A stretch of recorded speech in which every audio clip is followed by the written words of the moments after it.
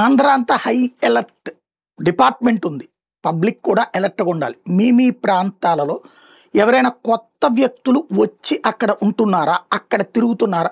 మీకు నిరంతరం రెగ్యులర్‌గా కనబడే ఫేసులు కాకుండా కొత్త ఫేసులు ఏమైనా కనబడుతున్నాయా?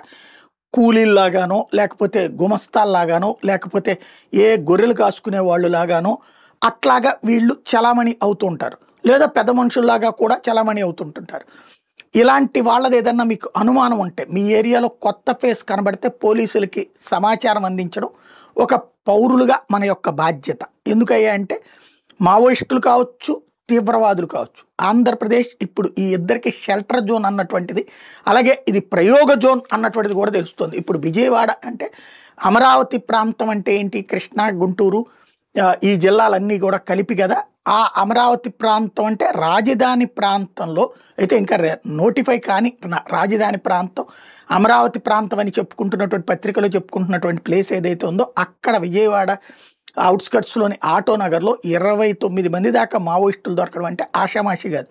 వాస్తవంగా మన గవర్నర్ గారు అక్కడే పీడబ్ల్యూడి గ్రౌండ్స్ పక్కనే ఉండేటటువంటిది. అట్లాగే మన మంత్రులు ఆ ప్రాంతంలో తిరుగుతుంటారు. గురునానక్ నగర్ కాలనీ అవన్నీనే తిరుగుతూ ఉంటారు. అక్కడే ఇళ్ళు ఉన్నాయి చాలామంది. ఏది సింగనగర్ కాదు, ఇటు పక్కనే ఉన్నాయి అంతా బందర్ రోడ్డు, ఏలూరు రోడ్లోని. మరి అనేక మంది పార్థసారథి గారు వీళ్ళందరూ కూడా అక్కడక్కడే తిరుగుతుంటారు. అదే ఏరియాలో ఈ మావోయిస్టులు, అది కూడా హెడ్మా దళం, తర్వాతన తిప్పిరి తిరుపతి దళం, దేవ్జీ దళం వీళ్ళందరూ ఉండటం అంటే ఆషామాషి వ్యవహారం కాదు. వీళ్ళు కరెక్ట్గా ఏదైనా చేయదలుచుకుంటే వీళ్ళందరూ హైలీ ఎక్స్పీరియన్స్డ్ పర్సన్స్.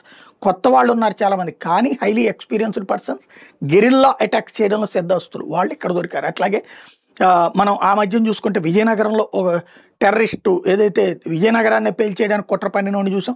తర్వాత కర్నూలులో అద్వానీనే మర్డర్ చేయడానికి కుట్ర పన్నినటువంటి వాడిని, ఇక్కడికి వచ్చి ఇక్కడి నుంచి మళ్ళీ మందు సామాన్లు తయారు చేయడానికి ప్రిపేర్ అవుతున్నోడిని చూసాం, పట్టుకుంటాం.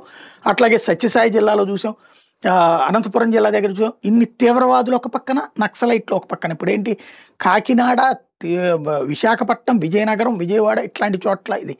కాబట్టి షెల్టర్ జోన్గా వాడేసుకున్నాను. నేను మొన్నటి నుంచి చెప్తున్నాను, టెర్రరిస్ట్ యాక్టివిటీస్కి ఎప్పుడైతే కీ పాయింట్ అవుతుందో, కీ హబ్ అవుతుందో చాలా సీరియస్గా ఆలోచించాలి. మన దగ్గర యాంటీ టెర్రరిస్ట్ స్క్వాడ్ ఉండాలి, మావోయిస్టుల్ని టెర్రరిస్టుల్ని హతం చేయడానికి, పట్టుకోవడానికి అన్నటువంటి. ఇప్పుడైనా దృష్టి సారించాల్సిన అవసరం ఉంది.